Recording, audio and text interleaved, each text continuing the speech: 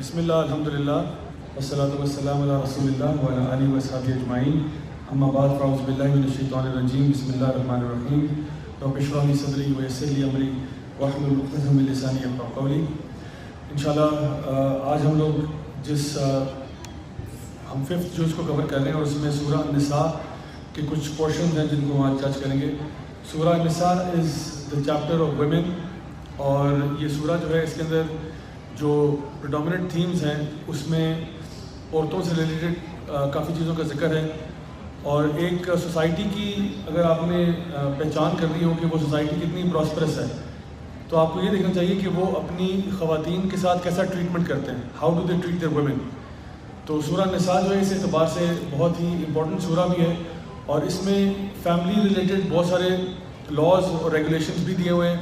اس کے ساتھ ساتھ اس میں کچھ ایسی باتوں کا ذکر بھی ہے کہ جو لوگ اوپریسڈ ہیں وہ کون سے گروپس ہیں معاشرے کے، ان کے بارے میں ذکر ہے، اور اس کے ساتھ ساتھ کہ اللہ تعالیٰ کی توحید جو ہے اس کو مینٹین کرنا، اور پھر ساتھ ہی جہاں پہ توحید کی بات ہوئی وہاں پہ منافقین کا ذکر بھی کر دیا گیا اس سورہ میں۔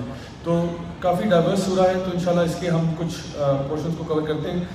سب سے پہلے اس کی آیت نمبر 31 جس میں اللہ سبحانہ تعالیٰ فرما رہے ہیں کہ ان اجتنبوا کبائر ما تنہون عنہ نکفر عنکم سیئاتکم۔ اللہ سبحانہ تعالیٰ ایک چیز کی طرف اشارہ کر رہے ہیں جو بڑا امپورٹنٹ کانسیپٹ ہے اسلام میں، وہ یہ ہے کہ اگر آپ کبائر سے بچ جائیں، کبائر سے مراد ہے کبیرہ گناہ، اور یہ کبیرہ گناہ کون سے ہیں؟ اس میں ایک تو نبی کریم صلی اللہ علیہ وسلم کی حدیث بھی ہے جہاں پہ آپ نے ذکر کیا کبائر کا، 7 کبائر کا ذکر کیا۔ اس میں شرک بھی ہے سب سے پہلے، اس میں جادو بھی ہے، اس میں میدان جنگ سے فرار ہونا بھی ہے، اس میں قتل کرنا بھی ہے، اس میں یتیم بچے کا مال چھیننا بھی ہے، یعنی مختلف قسم کے اس میں 7 ڈیڈلی سنس کا ذکر ہے۔ اس کے علاوہ یہ کہ بعض علماء نے 70 کبائر کا ذکر کیا ہوا ہے، اس میں جھوٹ بولنا بھی ہے، اس میں ماں باپ کے ساتھ زیادتی بھی ہے، بے شمار ڈفرینٹ گناہ ہیں، فورنیکیشن ہے، اڈلٹری ہے، سارے اس کے اندر آتے ہیں جو کبیرہ گناہ ہیں۔ سو اللہ سبحانہ تعالیٰ فرما رہے ہیں کہ اگر تم یہ میجر کبائر سے بچ جاؤ تو اللہ سبحانہ تعالیٰ ہمارے سے جو باقی کی جو چھوٹے موٹے گناہ ہیں وہ اللہ تعالیٰ ہم سے معاف کر دے گا اور ہمیں ایک بہتر جگہ پر داخلہ عطا فرما دے گا۔ اچھا، ان کبائر کے اندر جو سب سے واضح چیز اس سورہ میں آپ کو نظر آئے گی وہ ہے شرک کا ذکر۔ اللہ سبحانہ تعالیٰ فرماتے ہیں اسی سورہ میں آیت نمبر 48 میں بھی اور آیت نمبر 116 میں بھی کہ ان اللہ لا یغفر ان یشرک بہ ویغفر ما دون ذلک لمن یشاء، کہ اللہ سبحانہ تعالیٰ جس کو چاہے گا معاف کرے گا لیکن شرک معاف نہیں کرے گا۔ اور آگے فرمایا کہ وَمَن يُشْرِكْ بِاللَّهِ فَقَدِ افْتَرَىٰ إِثْمًا عَظِيمًا، کہ جو شخص بھی پھر یہ کام کرے گا اللہ کے ساتھ کسی کو شریک ٹھہرائے گا اس نے یقیناً ایک بہت بڑا جھوٹ باندھا اللہ تعالیٰ کے اوپر۔ دوسری آیت بھی بالکل اسی طرح سے ان اللہ لا یغفر ان یشرک بہ ویغفر ما دون ذلک لمن یشاء ومن یشرک باللہ فقد ضل ضلالا بعیدا، کہ جو بھی شرک کرے گا یہ واقعی میں بہت دور کی گمراہی میں ہے، بڑی بہت زیادہ گمراہ ہو چکا ہے۔ سو اس سے ایک بہت بڑا فلسفہ دین کا سمجھ میں آ رہا ہے، وہ یہ کہ اللہ تعالیٰ جو ہے اس کے نزدیک سب سے بڑا گناہ جو ہے وہ شرک ہے۔ اور حدیث مبارک میں بھی ایسی کئی حدیث آپ کو ملتی ہیں جہاں پہ آتا ہے کہ جس شخص کے دل میں رائی برابر بھی ایمان ہوگا، توحید ہوگی، یعنی وہ شخص توحید پر تھا لیکن بہت بڑا گناہ گار تھا، تو ایونچولی وہ جہنم سے باہر نکل آئے گا، یعنی اگر وہ توحید پر قائم تھا۔ تو اس لیے جو کچھ بھی ہو جائے انسان شرک نہ کرے، یعنی جو بھی، یعنی یہ کوئی انکریجمنٹ نہیں گناہوں کی طرف، بلکہ کہا جا رہا ہے کہ شرک از دا بگیسٹ سن، اور اس سے بچنا ہمارے لیے بہت ضروری ہے۔ اسی لیے اللہ تعالیٰ فرماتے ہیں کہ ان الشرک لظلم عظیم، کہ سب سے بڑا ظلم جو ہو رہا ہے وہ شرک ہو رہا ہے۔ اسی کے ساتھ سورہ النساء کی آیت نمبر 34 میں اللہ سبحانہ تعالیٰ نے ایک اور کانسیپٹ بیان کیا فیملی ریلیشنز کے اعتبار سے۔ اللہ تعالیٰ نے فرمایا الرجال قوامون علی النساء، کہ جو مرد ہیں ان کو عورتوں کے اوپر قوام بنایا گیا ہے، اور آگے بتایا گیا کہ وہ اللہ کی، یعنی جو مال اللہ نے ان کو عطا فرمایا اس میں سے خرچ کرتے ہیں۔ اچھا، یہ کانسیپٹ سمجھنے کے لیے بہت ضروری ہے چونکہ اس سے ہمیں سمجھ میں آئے گا کہ دین اسلام کے اندر جو جینڈر رولز ہیں وہ کیا ہیں۔ دیکھیے، ایک طرف تو اللہ تعالیٰ نے مردوں کو قوام بنا دیا، ٹھیک ہے، اس کا اب یہ مطلب نہیں ہے کہ مرد جو گھر کا سربراہ ہے وہ ٹانگ پہ ٹانگ رکھ کے بیٹھ جائے اور وہ کہے کہ جی اب کھانا لاؤ پانی لاؤ اور وہ بس زندگی انجوائے کرے اور باقی سب اس کی خدمت میں، ایسا نہیں ہے، بلکہ سچویشن اس کی کافی برعکس ہے۔ اللہ سبحانہ تعالیٰ نے جب مرد کو قوام بنایا نا تو سارا نان نفقہ اپنی بیوی اور بچوں کا اس کے سر پہ ڈال دیا۔ ہمارے علماء، بعض علماء نے اس کے بارے میں لکھا کہ اگر بیوی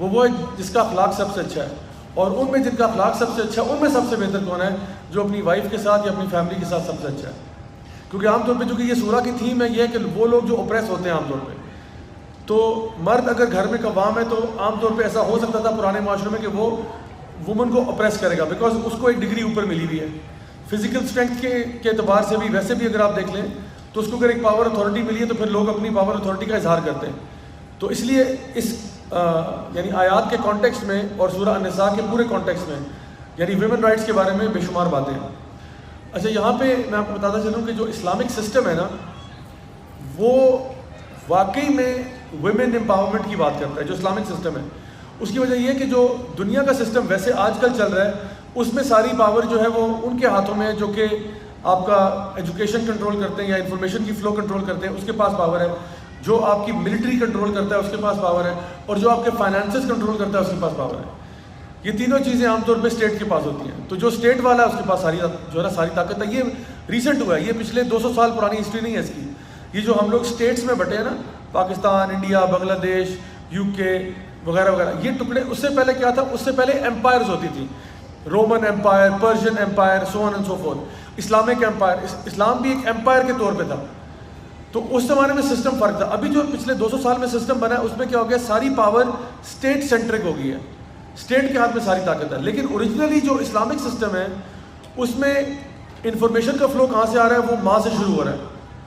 ماں انفارمیشن کنٹرول کر رہی ہے. بچہ جو سیکھ رہا ہے وہ ماں کی گود سے سیکھ رہا ہے. آج بچہ کہاں سے سیکھ رہا ہے؟ YouTube سے سیکھ رہا ہے. بچہ جو ہے وہ کارٹون نیٹ ورک سے سیکھ رہا ہے. تو اسٹیٹ جو دکھا رہی ہے بچہ وہی سیکھ رہا ہے، جو وہ نیٹ پہ دیکھ رہا ہے وہی سیکھ رہا ہے. دوسرا تھا ملٹری. اچھا ملٹری کی طاقت تو خیر جو آپ کی آرمیز ہے ان کے پاس ہے. اور ایون جو فائنینسز ہیں اس میں بھی عام طور پہ ہوتا ہی تھا کہ جو فیملی بزنس ہے وہ چل رہا ہے اور اس میں عورتوں کا بھی حصہ ہوتا تھا، عورتیں بھی اس میں پارٹیسپیٹ کرتی تھیں.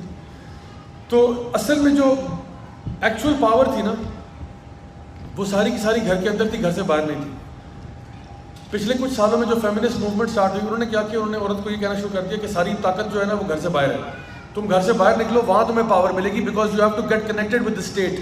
اگر اسٹیٹ کے افیئرز میں آپ کو شرکت کا موقع مل رہا ہے تب آپ کے ہاتھ میں پاور ہے، ادروائز آپ کے پاس کوئی پاور نہیں. گھر میں بیٹھ کے کون سی پاور ہے؟ لیکن دین اسلام نے یہ پاور عورت کو دی تھی. اور اسی لیے نپولین نے کیا کہا تھا؟ اس نے کہا تھا give me great mothers and I will give you great nation. مجھے آپ اچھی مائیں دے دو نا، میں تمہیں قوم بنا کے دکھاتا ہوں قوم کیسی ہوتی ہے. تو اصل میں اگر آپ کو سمجھ میں آ جائے کہ پورا انفارمیشن فلو اور جتنے بھی آپ صحابہ، تابعین، تبع تابعین اور ائمہ کرام جتنے بھی گزرے ہیں ان سب کے پیچھے عورتوں کا ہاتھ ہے، خاص طور پہ ان کی ماؤں کا، جنہوں نے ان کی وہ تربیت کی کہ وہ امام ابو حنیفہ رحمہ اللہ بن گئے، امام مالک بن گئے، امام احمد بن حنبل بن گئے، امام الشافعی بن گئے، امام بخاری، امام مسلم بن گئے. ان کے پیچھے ان کی ماؤں کا بہت بڑا کردار ہے، جنہوں نے ان کی ٹریننگ اس طرح سے کی. کیونکہ اب وہ ٹریننگ بھی ہم نے ماؤں سے چھین لی نا. گھر میں تو ٹریننگ ہو نہیں رہی. ہم تو عورتوں کہہ رہے ہیں باہر نکلو. اب بچے ڈے کیئر میں جا رہے ہیں، بچے ٹی وی ان کو پڑھا رہا ہے، میڈیا پڑھا رہا ہے. تو بچوں کے جو ایٹیکیٹس، مورلز، مینرز ہو رہے ہیں. سبحان اللہ، ہم اگر جاپان کی ایگزامپل دیں، جاپان میں 7 سال تک بچے کو گھر میں پڑھاتے ہیں. 7 سال تک وہ کہتے ہیں جی بچے کو گھر میں ایتھکس، مورلز گھر میں سکھاؤ، اس کے بعد اس کو اسکول لائف میں لے کے جاؤ، تاکہ 7 سال تک وہ کم از کم اور کچھ نہیں تو تمیز سیکھ جاؤ. ہم چاہتے ہیں 2 سال کا بچہ ڈے کیئر میں پھینک دیں. ہمارا بس چلے تو پیدائش کے فوراً بعد ہی بچے کو ڈے کیئر میں ڈال دیں کہ سر سے اتارو، اس کو ڈالو ڈے کیئر میں، تاکہ اس کا خیال رکھیں. اور پھر ہم تربیت نہیں کرتے، پھر بچہ وہاں پہ وہی سیکھے گا. میں یہاں پہ ریسنٹلی ایک اسکول گیا، مونٹیسری لیول اسکول تھا. ویسے ہی مجھے انہوں نے انوائٹ کر دیا، بہت بڑی غلطی کی ویسے انہوں نے. تو جب میں اندر گیا تو میں کلاس میں گیا، بچے چھوٹے بچے بالکل چھوٹے، یہ میرا خیال ہے جو مونٹیسری لیول کے جو بچے ہوتے ہیں یا پلے گروپ کے ہوتے ہیں وہ تھے. تو میں نے دیکھا کہ بچے جو ہیں وہ لٹرلی ایسے لگ رہا تھا جیسے ایک دوسرے کا مطلب سر پھاڑ رہے ہیں. ایک ہوتا ہے نا کسی کو کچھ مار رہا ہے، کچھ مار رہا ہے. افراتفری مچی ہوئی ہے. ٹی وی پہ کارٹون نیٹ ورک لگا ہوا ہے. اور ان کی جو میڈم تھی، واللہ ایم ناٹ ایگزیجریٹنگ، وہ اپنے موبائل فون پہ پتہ نہیں کیا یوٹیوب ویڈیوز دیکھ رہی تھیں یا کینڈی کرش کھیل رہی تھی، مجھے نہیں پتا. تو میں اندر غلطی سے چھاپا مار دیا. مجھے ادھر بلایا کہیں اور تھا، میں اندر گھس گیا. میں نے کہا چلو دیکھتا ہوں ذرا ان کے حالات کیسے ہیں. تو میں اندر گیا تو میں نے کہا یہ تو بچے، میں نے کہا یہ کیا دیکھ رہے ہیں؟ کہتے یہ ایکچولی کہتے اس سے اصل میں ہم لوگ نا یہاں پہ سیلف اسسٹڈ لرننگ پہ کام کر رہے ہیں. میں نے کہا wow what a term, self assisted learning. بچے کارٹون نیٹ ورک دیکھ رہے ہیں، ایک دوسرے کے سر پھاڑ رہے ہیں. سیلف اسسٹڈ، اس کو نام دے دیا آپ نے، سیلف اسسٹڈ لرننگ. سبحان اللہ. اور کارٹون نیٹ ورک پہ کیا دیکھ رہے ہیں؟ یہی وہ بھی کارٹون کیریکٹرز ایک دوسرے کے سر پھاڑ رہے ہیں. اور بچے اس کو امیٹیٹ کرتے ہیں. آپ کو پتہ ہے بچے یہ چیزیں ایبزارب کرتے ہیں like a sponge. Tom and Jerry کی مثال دے رہا ہوں, حالانکہ یہ ٹاپک نہیں ہے لیکن بہرحال ٹام اینڈ جیری کی مثال دیتا ہوں. ٹام اینڈ جیری ہم نے بچپن میں سے دیکھا, بڑے محظوظ ہوئے, بڑے خوش ہوئے. ٹام اینڈ جیری کی سینٹرل تھیم کیا ہے؟ What is the central theme of Tom and Jerry? کسی کو پتہ ہے؟ یعنی ہر کارٹون میں وہ کیا ایک پرائمری چیز کیا جو بار بار دکھاتے ہیں؟ کیٹ اینڈ ماؤس آپس میں. بیسکلی اس کی سینٹرل تھیم ہے ریونج. ریونج. ہم کارٹون یعنی اس سے اور بچوں کو کچھ سکھائے نہ سکھائے, ان کو یہ سکھاتے ہیں کہ بیٹا بدلہ لینا ہے, تم نے بدلہ لینا ہے, بدلہ لینا ہے. ایک تمہیں کوئی پتھر مارے تم اس کے سر پہ اینٹ مارو, یعنی یہ اس میں سکھایا جا رہا ہے. اور تھرو آؤٹ یہی ہوتا ہے کہ پہلے ٹام جیری کو مارتا ہے, جیری ٹام کو مارتا ہے, ٹام جیری کو مارتا ہے. پھر اس میں اور بھی بہت ساری تھیمز ہیں, سبلیمنل تھیمز ہیں. جب بھی اس کارٹون میں یعنی ٹام تو بلا ہے نا, بلا ہے ٹام, جب اس میں بلی آتی ہے نا تو ٹام کا ایٹیٹیوڈ چینج ہو جاتا ہے. ٹام ایک دم سے سوٹ میں آ جاتا ہے, ٹام کے آٹومیٹکلی سگار لگ جاتا ہے ہاتھ میں, سگار لائٹ کرتا ہے. اچھا یہ اب بچوں کو بتا رہے ہیں, چھوٹے بچے دیکھ رہے ہیں, ان کو بتا رہے ہیں کہ دیکھو تم نے اگر اپوزٹ جینڈر کو امپریس کرنا نا تو تمہیں اسموکنگ کرنی پڑے گی, ڈرگس کے ساتھ سہارا لینا پڑے گا وغیرہ وغیرہ. دس از ٹو لک کول. پھر وہ جیری اس کی گیم خراب کرتا ہے, اس کو سوئی چپو دیتا ہے آ کے, کچھ ایسا بم پھاڑ دیتا ہے کچھ ایسا. اچھا یہ بھی ہم بچوں کو سکھا رہے ہیں کہ وائلنس کس طرح سے آپ نے یوز کرنا ہے, ہاؤ ٹو یوز وائلنس. آپ کو پتہ ہے امریکہ میں ایک بچہ تھا, اس نے he was about 5 years old, 5 سال کا بچہ تھا, اس کا چھوٹا بھائی تھا 3 سال کا. اس نے اپنے بھائی کو ہیمر کے ساتھ مرڈر کر دیا. اور جب اسے پوچھا گیا کہ بھائی آپ نے مرڈر کیوں کیا, تو بچہ وہ تو انیسنٹ ہے بیچارہ, معصوم ہے. اس نے کہا کہ میں نے یہ کارٹون میں دیکھا تھا کہ جب کسی کو ہیمر مارتے ہیں نا تو اس کے سر پہ بمپ نکلتا ہے, لیکن پھر جب اس بمپ کو دوبارہ مارتے ہیں تو وہ واپس چلا جاتا ہے.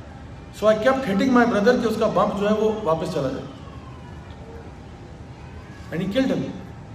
کین یو امیجن دس از, یعنی یہ وہ اثرات ہیں کارٹونس کے جو بچے لیتے ہیں. اور اس کے بارے میں بتاؤں 1970s میں ڈاکٹر البرٹ بینڈورا کے ایکسپیریمنٹس ہیں on children's behaviour when they are expose to media.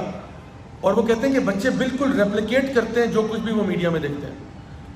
مجھے خود یاد ہے بچپن میں ہم لوگ وہ دیکھتے تھے WWE ریسلنگ, تو اس پہ بلکہ لکھا ہوتا تھا kids don't try this at home but every single time I used to try it at home. اللہ کا بہت کرم, اللہ نے مجھے ایک چھوٹا بھائی عطا فرمایا جو مجھ سے 2 سال چھوٹا تھا. ایک دفعہ ہماری لڑائی ہوتی تو میں نے اس کو نا ایسے ہیڈ بٹ کیا تو اس کا ناک ٹوٹ گیا. ابھی میرا ناک ماشاءاللہ بالکل کلوپیٹرا کی طرح سیدھا ہے, اس کا ناک ایسے ٹیڑھا ہے اوپر سے تھوڑا سا آج تک because of that had but. اور ہم لوگ ایک دوسرے کو باڈی سلامس دے رہے ہیں, ایک دوسرے کو نہیں, میں اس کو دیتا تھا عام طور پہ. تو الحمدللہ آج وہ ماشاءاللہ پروفیسر ہے, بہت ترقی کی اس نے. تو بڑے بھائی کی مار کھا کے انسان بہت ترقی کرتا ہے. لیکن بہرحال یہ میں بتا رہا ہوں کہ we used to always try this. جب بھی میں کوئی مارشل آرٹس کی مووی دیکھتا تھا مجھے مارشل آرٹس بڑے زور سے آ رہا ہوتا تھا, تو پریکٹس کے لیے وہ چھوٹا بھائی ملتا تھا, بڑا آئیڈیل تھا وہ اس کے لیے. تو we used to always and we used to always get into trouble. بڑی ماریں پڑتی تھیں, بڑے جوتے کھائیں اس کی وجہ سے, لیکن ہم لوگ کرتے تھے. اور میں بتا رہا ہوں کہ ہمارے مطلب یہ تو میں فرسٹ ہینڈ ایکسپیرینس بتا رہا ہوں کہ کتنا زیادہ اس کا امپیکٹ ہوتا ہے. اور یہ اس کے لانگ ٹرم کیا ہے, ابھی اس پہ ریسرچ جاری ہے. شارٹ ٹرم میں تو سمجھ میں آ رہا ہے کہ ہوتا ہے, لیکن لانگ ٹرم اثرات بھی ہیں اس کے. آپ کے اندر ایک وائلنٹ ٹینڈنسیز ڈیولپ ہونا شروع ہو جاتی ہیں جہاں پہ آپ کو دوسرے کی جان کچھ لگتی نہیں ہے. سو جب گھر میں تربیت مائیں کریں گی تو الحمدللہ اچھی قومیں بنیں گی, لیکن جب ان کے حوالے کر دیں گے پھر آپ آلریڈی اپنے ہاتھ سے پاور کو لوز کر رہے ہیں. اچھا یہ اسٹیٹمنٹ جو ہے نا کہ in Islam the true power and authority is with the family at home so that they can nurture future generations. یہ جو اس وقت جو فیمنسٹ موومنٹ پورے پاکستان میں آپ کو نظر آ رہی ہے اور آہستہ آہستہ پھیل رہی ہے, جہاں پہ آپ نے دیکھا ہوگا بہت سارے بینرز سلوگنز آپ کو نظر آئے کہ کھانا خود گرم کر لو اور میرا جسم میری مرضی اور اس طرح کے جملے کے, یہ چادر 4 دیواری گلی سڑی لاش کو مبارک ہو وغیرہ وغیرہ. یہ سارے جو جملے آپ کو نظر آ رہے ہیں یہ ایک فیمنسٹ موومنٹ ہے. اس کی پوری ہسٹری ہے کہ کہاں سے یہ شروع ہوئی, کس طرح سے کن لوگوں نے سٹارٹ کی. اور جو راکفیلر فیملی ہے امریکہ کی بڑی مشہور, انہوں نے اس کو بہت فنڈ کیا. تو راکفیلر فیملی کے جو ان کے گرینڈ سن ہے جو ہے نا ڈیوڈ راکفیلر کا, اس نے یہ کہا ایک انٹرویو میں جو آپ کو یوٹیوب پہ مل جائے گا, اس نے کہا کہ جو انٹرویو نے پوچھا کہ جی you guys have been really supporting the feminist movement, what's your take on it. تو اس نے کہا کہ ہمارا فیمنسٹ موومنٹ سے کوئی تعلق نہیں ہے کہ ہم کوئی ویمن رائٹ کے چیمپئن ہیں یا وہ ہیں. کہتے ہیں اس کا صرف وجہ مانیٹری وجہ تھی. ہم نے فیمنسٹ موومنٹ کو کیوں پروموٹ کیا, بیکاز پہلے صرف مرد کام کرتے تھے تو ہمیں ایک جگہ سے ٹیکسز آ رہے تھے. ہم نے کہا اگر عورتیں بھی کام کریں گے تو ڈبل ٹیکسز آئیں گے. تو ان کو ہم نے کہاں پہ لگا دیا؟ ان کے بچے اب کون پالے گا؟ وہ اسٹیٹ پالے گی، تو اسٹیٹ سسٹمز بنیں گے، ان سے علیحدہ پیسے ملیں گے. تو پھر ہمارے لیے تو اس کا فائدہ صرف مانیٹری تھا. ہمیں تو ویمن رائٹس کوئی فکر نہیں تھی. ہمیں پیسے چاہیے تھے اور ہمیں پیسے مل گئے. ہم اپنے ریونیو جنریٹ کرنا چاہتے تھے. ہم نے عورتوں کو اس کے آزادی کے نام پہ گھروں سے باہر نکالا، فیکٹریوں میں کام کرانے کے لیے بھیج دیا. اب وہ وہاں پہ کوئی کچھ بنا رہا ہے، کوئی کچھ بنا رہا ہے. خوار کیا ان کو 9 to 5 میں یا 9 to 9 میں، اور ہمیں ریونیو چاہیے تھا، ہمیں مل گیا. پیچھے بچوں کی تربیت اسٹیٹ اسکولنگ سسٹمز کر رہے ہیں جو ہم وہاں سے بھی پیسے لے رہے ہیں. سو اثر اس کا فائدہ یہ تھا. تو ہمارے یہاں پہ جب یہ کانسیپٹ آنا شروع ہوا تو انہی سیم نعروں کے ساتھ یہ بات شروع ہو گئی. تو دیکھ لیں کہ اسلام میں نا اللہ تعالیٰ نے عورت کو جو مقام دیا ہے، ہم خود چاہتے ہیں کہ وہ عورت سے مقام چھین لیں. دین اسلام میں جو عورت کو عزت دی گئی ہے نا، عورت کو یعنی گھر کے اندر کراؤن بنایا گیا کہ شی از دا کوئین آف دا ہاؤس. ماں باپ کی جب بات آتی ہے تو ماں کا درجہ 3 گنا بلند کر دیا باپ سے. یعنی ویسے جب ہم بات کرتے ہیں کہ are men and women equal, no they are not equal because of many reasons. مرد بایولوجیکلی ڈفرینٹ ہیں عورتوں سے، سائیکولوجیکلی ڈفرینٹ ہیں، ٹھیک ہے، وغیرہ وغیرہ. لیکن اللہ کے ہاں تقویٰ میں جو زیادہ ہوگا وہی اسی کا اونچا مقام ہوگا. جس کا تقویٰ زیادہ ہوگا چاہے مرد ہو عورت ہو، اس میں کوئی ڈفرینس نہیں ہے. اور دونوں کے حقوق میں بھی کہیں پہ مرد کو حقوق زیادہ ہیں، کہیں پہ عورت کو زیادہ ہیں. اوور آل بیلنسڈ ہے. جیسے ایک بچہ ہے نا، مطلب 2 اسٹوڈنٹس ہیں، ایک اسٹوڈنٹ اے ایک اسٹوڈنٹ بی ہے. اسٹوڈنٹ اے جو ہے اس کے انگلش میں 100 نمبر آئے، اردو میں 100 آئے، میتھس میں 50 آئے. اسٹوڈنٹ بی کے انگلش میں 50 آئے، اردو اور میتھس میں 100 آئے. دونوں کے 250 ہیں. Are they equal? No they are not. ایک میتھس میں زیادہ تیز ہے، ایک انگلش میں تیز ہے، لیکن اوور آل یہ اسکور کے مطابق برابر ہے. تو مرد اور عورت بھی سمجھ لیں ایسے ہی ہیں. کہیں پہ یہ کہا الرجال قوامون علی النساء، مردوں کو یا ہسبینڈ وائف میں ہسبینڈ کو 1 ڈگری اوپر کر دیا. لیکن جہاں ماں باپ کی بات آتی ہے from the perspective of the children, وہاں پہ ماں کو 3 گنا اوپر کر دیا. وراثت میں بیٹوں بیٹیوں میں سے بیٹے کو حصہ تھوڑا سا زیادہ دے دیا. یہ نہیں کہ بیٹی کو بالکل اگنور کر دیا، اس کو بھی دیا لیکن اس کو زیادہ دے دیا کیونکہ رسپانسبلٹی زیادہ ہے، وغیرہ وغیرہ. ایز اے مدر، ماں کے اعتبار سے دیکھیں جو مقام ماں کو دیا وہ باپ کو نہیں دیا. بیٹی کو وہ مقام دیا کہ نبی کریم صلی اللہ علیہ وسلم نے فرمایا کہ جس کی 3 بیٹیاں ہوں وہ اور میں قیامت کے دن یوں ہوں گے. کسی صحابی نے پوچھا یا رسول اللہ اگر 2 ہوں تو پھر انہوں نے کہا 2 والا بھی ایسے ہی. بیٹے کے بارے میں تو کوئی حدیث نہیں ہے میرے پاس کہ جو جس کے 3 بیٹے ہوں اس کو ایسے نہیں. ماں کا مقام مل رہا ہے، عورت یعنی بیٹی کا مل رہا ہے. اس کے علاوہ بیوی کے بارے میں نے آپ کو پہلے حدیث سنا دیا کہ بتایا کہ تم میں سے بہترین وہ ہیں، تم میں سے بیسٹ مسلم کون سا ہے جس کا اخلاق سب سے اچھا ہے، اور ان میں سے بیسٹ کون سا ہے جس کا بیوی سے سلوک سب سے اچھا ہے. لوگ بات کرتے ہیں ویمنز رائٹ کی، اسلام پریکٹیکلی آپ کو بتا رہا ہے واٹ از ویمنز رائٹس. عورت کو پیار سے رکھنا، محبت سے رکھنا، سنبھال کے رکھنا، اس کی حفاظت کرنا، یعنی ہمارے کلچر کا حصہ بن چکا ہے. ہم لوگ ویسے یہ لوگ ویمنز رائٹس کی بات کرتے ہیں، کہتے ہیں میل فیمیل کو ایکول کرو، ایکول کر کے آپ کو نقصان ہوگا. ہم تو کہتے ہیں عورتوں کو اوپر رکھو. اب یہاں پہ میں آپ کو چیلنج کرتا ہوں، کسی آپ یہاں بینک پہ چلے جائیں نا، بینک وغیرہ میں کہیں پہ قطار لگی ہوئی ہے، کوئی عورت آتی ہے تو ہم کیا کرتے ہیں؟ کیا کہتے ہیں؟ پیچھے لگیں آپ لائن میں، کیونکہ یہ ایکول اپرچونٹی کی فرم ہے یا ایکول اپرچونٹی کمپنی ہے. آپ بھی لگے، بہن لائن میں لگے جو ہے نا تمیز سے جا کے آرام سے. کسی نے یہ نہیں کہا، ہمیشہ کہتے ہیں پلیز لیڈیز فرسٹ. آپ چلے جائیں. کیوں لیڈیز فرسٹ؟ اگر شانہ بشانہ اور برابر ہیں تو پھر تو کہنا چاہیے آپ بھی سب کی طرح لائن میں لگیں. کسی عورت کا یہاں پہ ٹائر پنکچر ہو جائے، 4-5 لوگ آ کے مدد کرنے کے لیے آتے ہیں کہ چلیں بہن ہم آپ کو ہیلپ کر دیتے ہیں. کسی مرد کا ٹائر پنکچر ہو سکتا ہے کوئی بندہ نہ پوچھے اس سے، کیونکہ ٹھیک ہے اٹا کٹا جوان ہے، خود ہی ٹائر لگا لے گا. اس میں تو مجھے کہ نظر نہیں آ رہا کہ آپ نے یہ کہا کہ جی ایکول اپرچونٹی ہونی چاہیے. عورت اگر مرد خوار ہو رہا ہے عورت کو بھی خوار کرو. نہیں کرتے، بیکاز ہمارے کلچر کے اندر یہ چیز بھی آ چکی ہے اور ہمارا دین ہمیں سکھاتا ہے. لیڈیز فرسٹ والا فلسفہ ہمارے دین سے آ رہا ہے کہ عورتوں کا خیال کرنا. تو یہ لوگ چاہتے ہیں، جو ویسٹرن مائنڈ سیٹ والے لوگ آ رہے ہیں وہ چاہتے ہیں کہ عورتوں مردوں کو برابر کر دو، اس اعتبار سے ہر اعتبار سے برابر کر دو. امیجن کریں ہمارے یہاں پہ آپ تصور بھی نہیں کر سکتے کہ آپ اپنی بیگم کو کھانے پہ لے کے جائیں، کھانا کھلانے کے بعد ابھی نئی شادی ہوئی ہے، کہا کہ چونکہ یہ ایکول اپرچونٹی ہے، لاسٹ ٹائم بل میں نے دیا تھا، اس دفعہ بل آپ دیں گے. کبھی ہوا ایسا؟ کیونکہ بڑا ہی کوئی ڈیٹ آدمی ہے، شادی کو بھی ہفتہ نہیں ہوا اور چیک جو ہے نا بیگم کے ہاتھ میں تھما دیا اس نے کہ جی لاسٹ ٹائم میں نے دیا تھا اب آپ کی باری. چلیں ہم ایکول، ہم لوگ فیمنسٹ ہیں. ایک لڑکے نے اسٹیٹس شیئر کیا تھا، کہتا کہ میں شادی کروں گا تو کسی کٹر فیمنسٹ سے شادی کروں گا. کسی نے اپنے سوشل میڈیا پہ ڈالا تھا کہ میں جب شادی کروں گا تو کسی کٹر فیمنسٹ سے کروں گا، میں گھر بیٹھوں گا اور وہ کام کرے گی. یہ اس کا فلسفہ تھا کہ ٹھیک ہے اگر اس کو کام کرنے کا شوق ہے وہ کام کرے، میں گھر بیٹھ کے جو ہے نا پیاز ٹماٹر کاٹ لوں گا، مجھے کوئی ایشو نہیں ہے. تو پوائنٹ از کہ دین اسلام جو ہے نا وہ واقعتاً عورت کی حفاظت بھی کرتا ہے اور اس کو وہ مقام دیتا ہے جو کوئی اور دین، کوئی اور ازم سکزم عورت کو نہیں دیتا.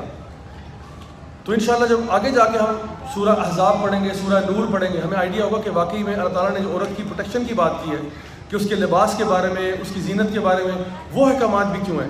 ہر چیز میں یقین کریں میں نے جتنا زیادہ فقہ کو پڑھا نا اتنا زیادہ مجھے دین سے پیار ہو گیا کہ الحمدللہ ایک ایک چیز جو ہمارے دین میں بتائی ہے نا، سبحان اللہ، it is amazing, it is beautiful. یعنی ہم لوگ جو بھی لاز انسان بناتا ہے کہ جی یوں کر لو وہ کر لو، جو دین اسلام آپ کو پرنسپلس بتا رہا ہے یقین کریں اس سے بہتر آپ کو آپشن نہیں مل سکتا. تو میں دعا کرتا ہوں کہ واقعی میں اللہ تعالیٰ ہمیں دین کی سمجھ عطا فرمائے، دین کا فہم عطا فرمائے، اور واقعی میں ہمیں عورتوں کو وہ مقام دینے کی توفیق عطا فرمائے جو کہ اللہ تعالیٰ نے ان کے لیے قرآن مجید میں اور نبی کریم صلی اللہ علیہ وسلم نے اپنی حدیث میں ان کا ذکر کیا. ربنا آتنا فی الدنیا حسنہ وفی الآخرۃ حسنہ وقنا عذاب النار. جزاکم اللہ خیرا والسلام علیکم ورحمۃ اللہ وبرکاتہ. جس میں ایک دعا